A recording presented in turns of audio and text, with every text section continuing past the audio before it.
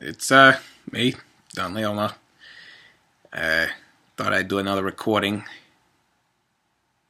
Just get on and talk about anything.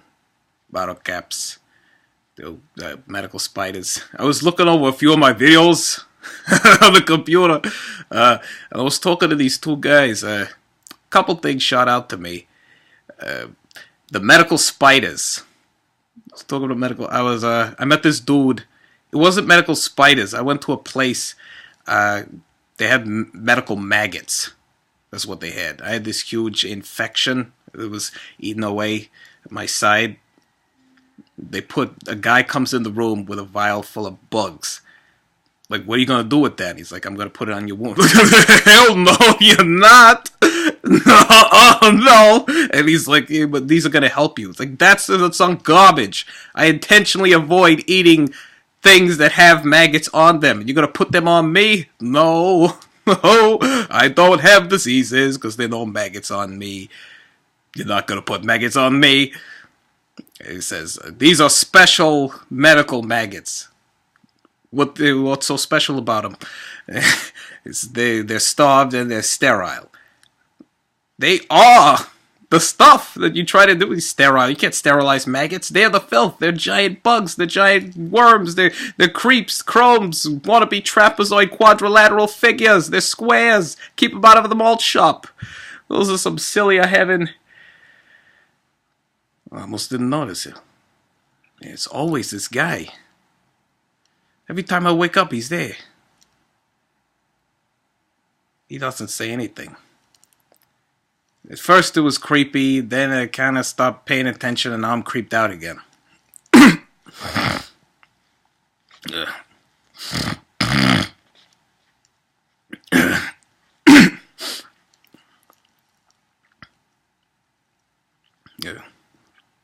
Talking about spiders. Or again, the rods. Spare the rod. Spiral.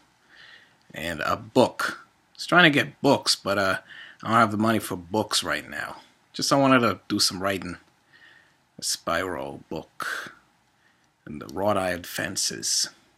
And chipping, paint, yogurt, a bicycle. I saw this video. Oh, another thing from the video. There was this moment during one of the videos where I'm talking to these two people, and she tells me that there's a next button on the computer, and she says, don't touch either of them, they're bad. But this was a little while after she tells me there's a ghost behind me. I'm still freaking out from that. I don't think there's any ghosts around here, but I look, because you don't know. I don't know how film actors do this. You know, there's another video, and I was looking at a video, and it had this guy, the guy who plays Loki from the Avengers, and they're on set in costume. How do the people do that? How do these actors not freak out every time? Like, that's the God of Thunder, and they probably think, well, that's a guy in a costume. How do they know that? How do you know there isn't an actual Thor or a Loki or a Captain America and Ultron, and that's them, right? The Ultron, I think, is a CGI, they say. So if that's true, they wouldn't actually see him there. They just see something else. I don't know what they see, but at least in the case of Thor, it looks like Thor when they're on the set. How do you know? How do you know? And even if let's say there's no Thor, what if you've lost your mind and you think there's a Thor? It might as well be. You know, I told this to a couple of my friends, and they're like, "Nah, man, it does. You imaginary things can't hurt you, but that ain't true." I mean, there are people in institutions right now who are feverishly trying to wrestle their way out of a straitjacket so that they, with the pretext of slicing up their own arm, trying to get the bugs that they swear are moving and eating themselves in and out of the way of their skin. Because they think even when they're not looking, it's not like they see them. They know there's bugs that's on their skin. And what if instead of bugs, it was a knife-wielding Gothamite psychotic clown prince of crime, or an aberration of Hulk hand, or the hammer of Thor? It could, imaginary things, in theory, can hurt you. I mean, there are definitely people who just have pain for no reason, just constant chronic pain. And if there can be that, and you can feel bugs that can work in tandem with visual hallucinations. That means in this, like, the stereotypical kind of audio visual hallucination Tyler Durden combo, that it should theoretically be possible. And these people, these actors, should be flipping the fuck out, and they not. Either they don't get it, maybe their culture is keeping them in the dark, I don't know. But these kids, they were playing around. They're having a good time with Don Leona, trying to give me a heart attack, and I do it because I'm an alcoholic and I feel I need to be on the computer sometimes. And I'm compulsive like that. I do things that aren't always in my best interest. Where's Donnie going for the sky rodeo? The rodeo, and this big ropes and not pulling my thumbs off. It's from an episode of Quantum Leap. Quantum Leap. I haven't seen that in a while. What happened to Ziggy? I don't know. Something about those kids. Not just the ghosts. The next button. They told me that it would blow up the world if they did that. If I touched it. And for a second, I watched the video and I was like, what? No, they don't. Because, I mean, that's ridiculous. But for them, for a minute, I started to consider, like, the mad science shenanigans that would be going on, in which someone would make a device that would blow up the world. Just imagine the ramifications, the budget, the mountain, volcano-mounted Mojo Jojo style observatory, laboratory, whatever, where you'd make a doomsday device. And then somebody makes it, sells it, it incorporates the technology into Apple Macintosh computers, and then only tells two girls about it. Like, what? Somebody, what? Just push the button if you want to destroy the. What? In hindsight, that does kind of seem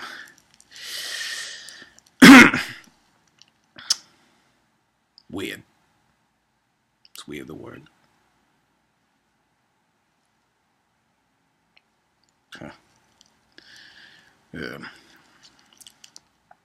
I went to this shop the other day. It's a shop I spent 13 years at.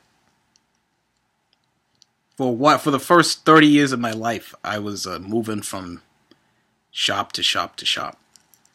Spend a lot of my time on shelves. But it's not there anymore. I had my first drink in that shop. I remember, for like over 30 years of my life, I lived in almost like perpetual, like I never knew what it was like to have a good time. Like I hated myself. Like in hindsight, like at the time, like I didn't know any better. That's all I knew. And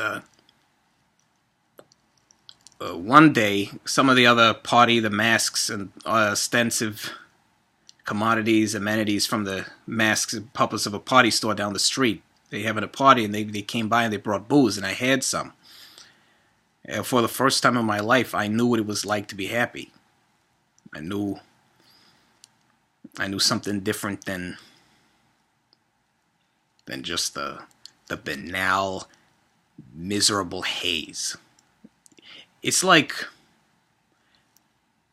you're holding something up with one hand, and how it's just like it's getting exhausting after a while, and it's burning. It's not the burning. It's that it's just that strenuous, exhausting thing. And like you could keep your arm up, but you don't want to. You want to let this go. You want to drop it, but you can't drop it. You can never drop it. It just sits there and it's sucking everything else that was important in your life. You can't focus on anything else now, just on your arm. Even if you could try to look at something or touch it, it doesn't mean anything anymore. That's what it was like for 30 years. For over 30 years, that was my life. It was funny. It's like something's going out of my way to try to teach me some kind of like profound lesson, because it wasn't even the booze. A lot of the time I drank and it didn't even work. But it fluctuated. Sometimes it worked less, sometimes not at all. Or I just have this aftertaste of rotten plant bean juice, seed grains, my grain, and my welfare money. Do I spend it wisely? They say when you have a little bit of money, you don't have a lot of money, you invest it in grain. You get grain. You get a lot of that. I get my grain through my booze. Ancient people would turn grain into booze. Oh, they chew on grain. And that was their investment. They didn't have a lot of money. Maybe they didn't have any money. They were the poorest hunter-gatherers. And they had their grain. And I have my grain. That's not scientific stuff I was talking about. That's my way of being scientific. That's my way of contributing back to the internet redundant monologue alcoholic lion stuff. It's my shout out to the annals of edification. Without the dark period, maybe they would have had some Greek symbols on the spacecraft. And Don Leona would still be talking about soccer fields in West Inley. Oh, there was this video about, they have this like series of stuff, and at some point they have this like sun symbol of sunglasses, and like a pipe come in his mouth, and they're like da-na-na-na-na, da-na-na-na-na, like they just did something amazing, like something.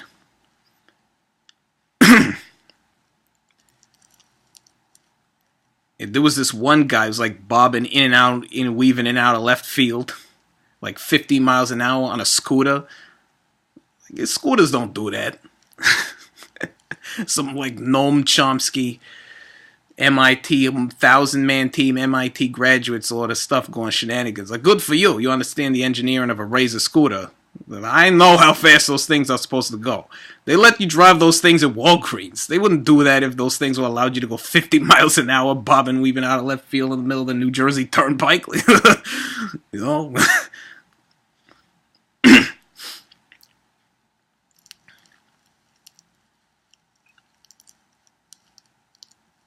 They're talking about... Oh, that store. Talking about a store.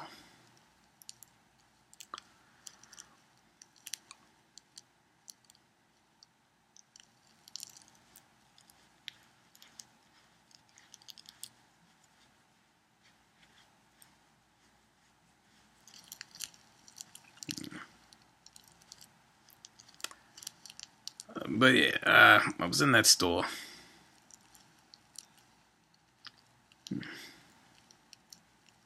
I don't know, maybe I don't want to talk about it.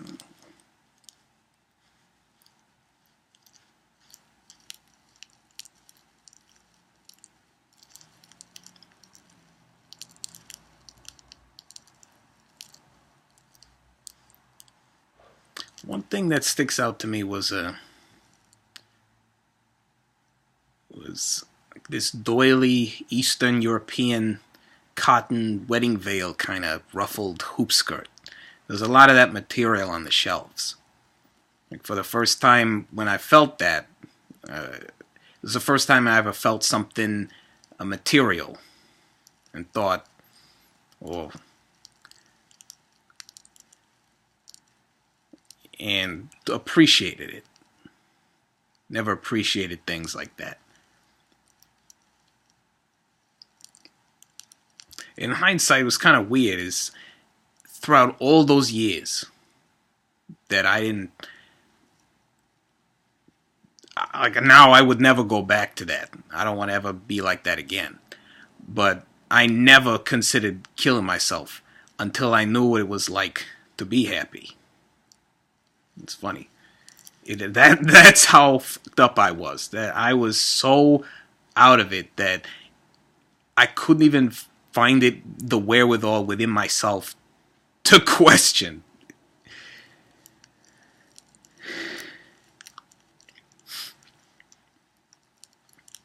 It was just... What?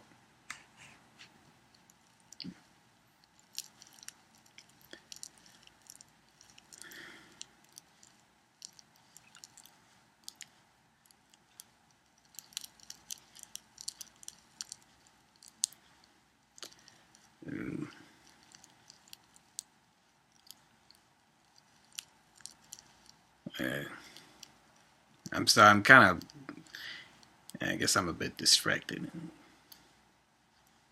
But I think I kind of want to talk about it because I don't know.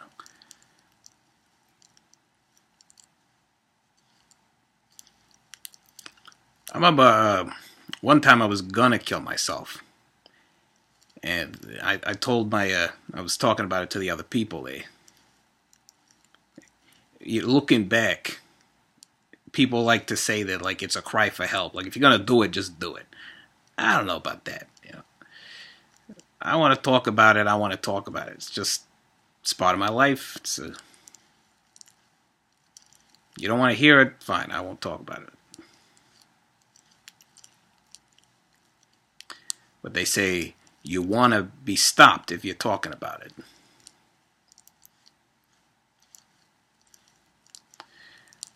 But I was talking about it, and the other puppets, they said, why don't you try to get some help for it?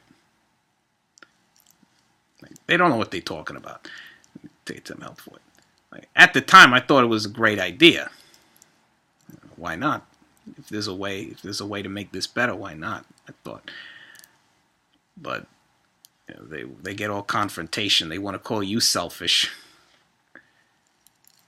because they think when you want to kill yourself, it's about them. Like it's an insult to them. Like, what? I'm not good enough for you.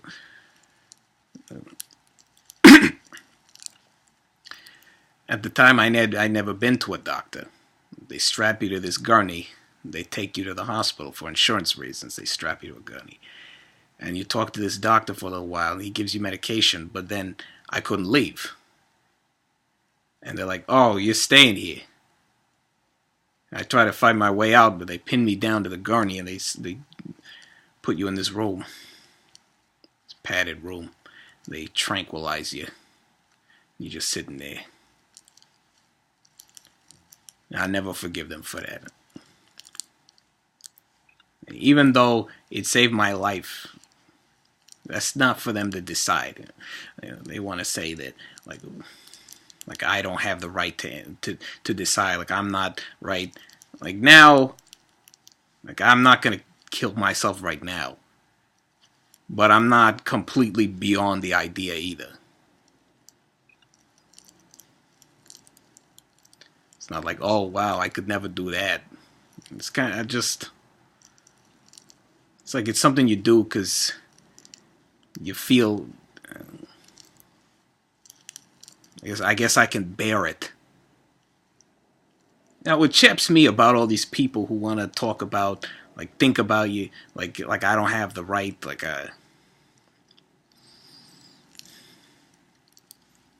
they don't know what they're talking about. And even other people who say, like, I went through it, I know. No, you don't know because you're not me. Okay. You want to talk about, like, what do you expect me to do? You want me to go to therapy? Manage my situation. Well, if your therapy is so great, why don't you just let me do what I got to do? And you go to your therapy and you manage your situation. But nobody want to do that. Because if it was really that you'd be so heartbroken, then it shouldn't matter that much because you got your therapy. But you know that no matter how much better you can make it, it's never going to reach the point where it's just going to be okay. It's always going to be this painful burden that you're going to bear for the rest of your life. And you want to put that off on me or somebody else because you can't let go? Nah. I know you don't want to lose somebody close to you. But that's bullshit. Nobody should try to decide whether I live or die but me. Other people can't handle that. They need to believe that there is a safety net of life dictating when you live or die. You don't get the right. That's not your right.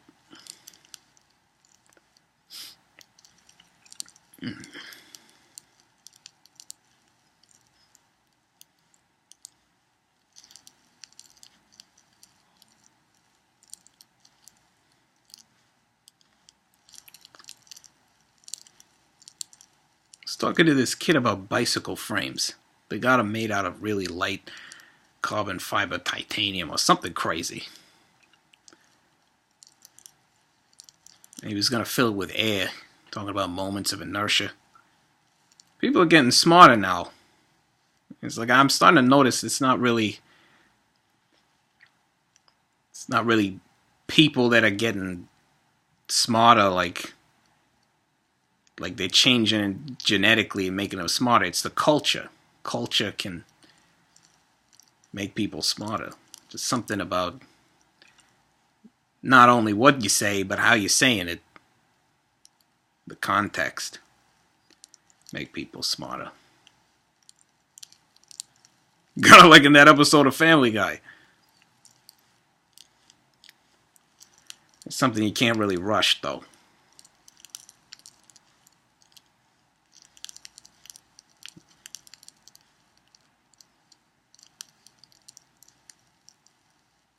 I was on a bus, and a guy, it turns out the buses are not free.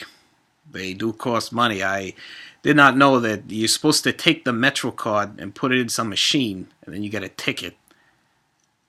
I don't know why they don't just put it in the bus anymore. And I didn't know that. I was on the bus. The guy asked me for the ticket. I'm like, what ticket? And he's like, you're supposed to pay for the bus. What, you thought the bus didn't cost money? Well, I was wondering about that for a while. He let me go. I mean, I could just get off at the next stop. Yeah, that could have gone really bad. Money is a perplexing thing.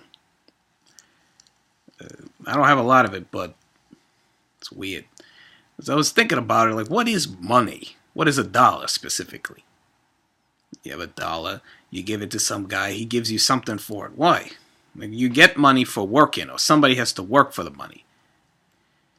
But then somebody else you work for an automotive plant, say Automotive Motorcon, is giving you money because they owe you something. Why don't they have to be the one who pays you that? If that's what's the money represented, that debt, why is it that the liquor store or the cake store or whatever is the one paying the debt? Like or each place, each retail establishment should have its own currency so you know whose debt goes where. But they don't do that. It's one money. So I'm thinking everything must be one big conglomeration, financially speaking. If that's true, then money's more like a measurement of how much some institution or some group or person maybe decides you deserve of the available resources. What I'm wondering is, what's the criteria? Because I don't work. The only reason I get welfare is because I got a stroke in my arm here. Oh man, I can't even reach it. Just be able to reach it. There we go. Right there. It's getting harder. Getting older. Right there.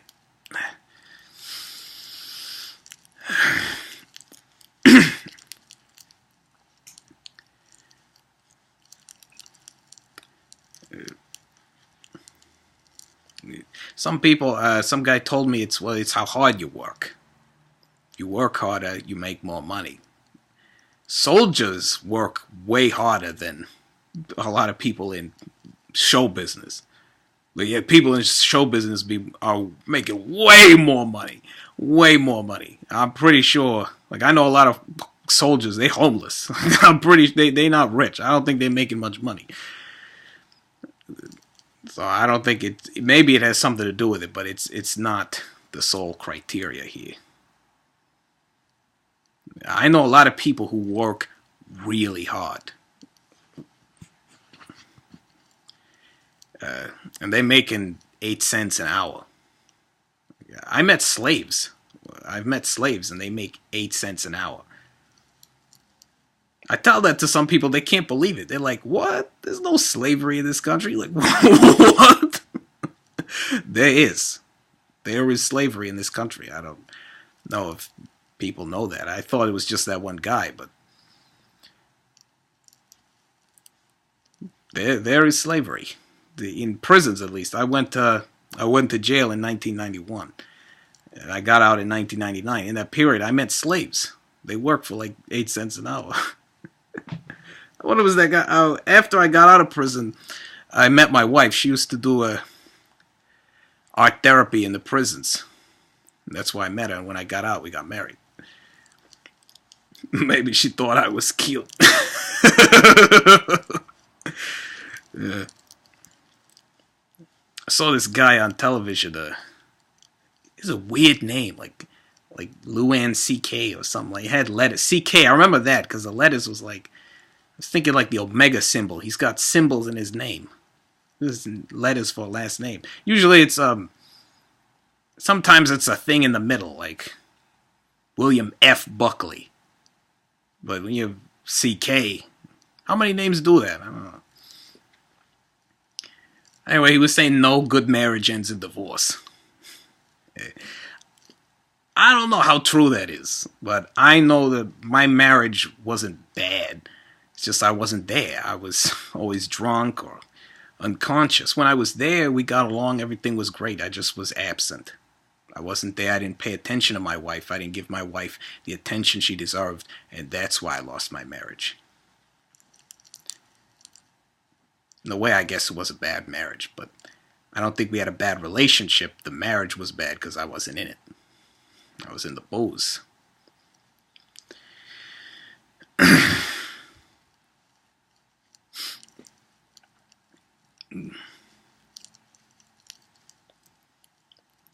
Yeah. It's just weird.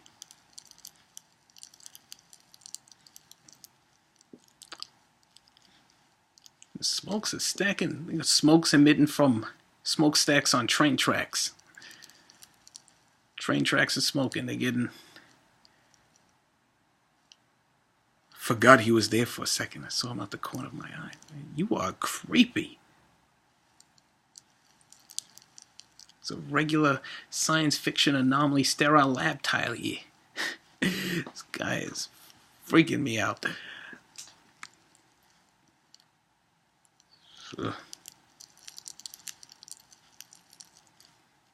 Run away from the back seat. Oh, no. This was a good one. I was talking, I forgot. I almost forgot. I was the guy from prison. I don't know if I knew him when I was in prison, but after I got out, I was living with my wife for a while. And this guy, my wife has student loans.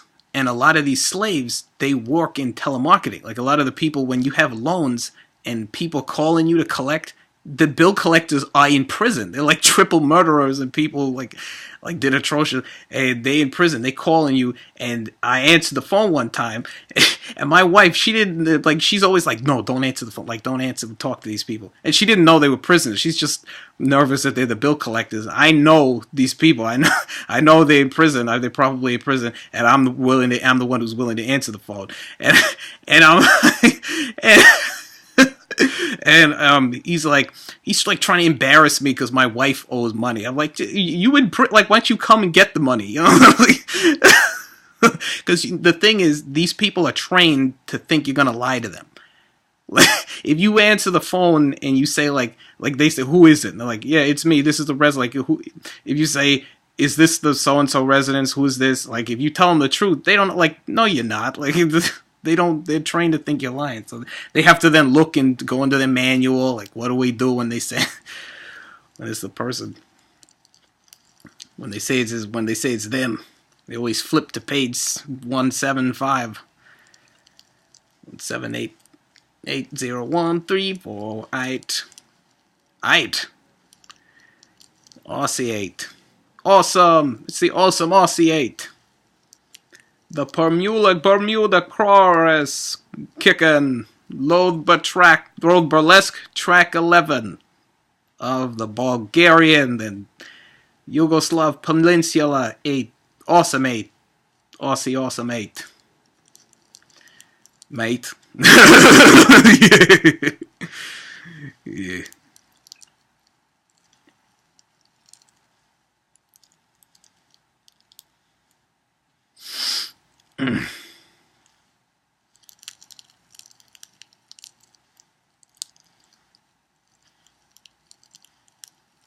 I think that's I can go do something else now.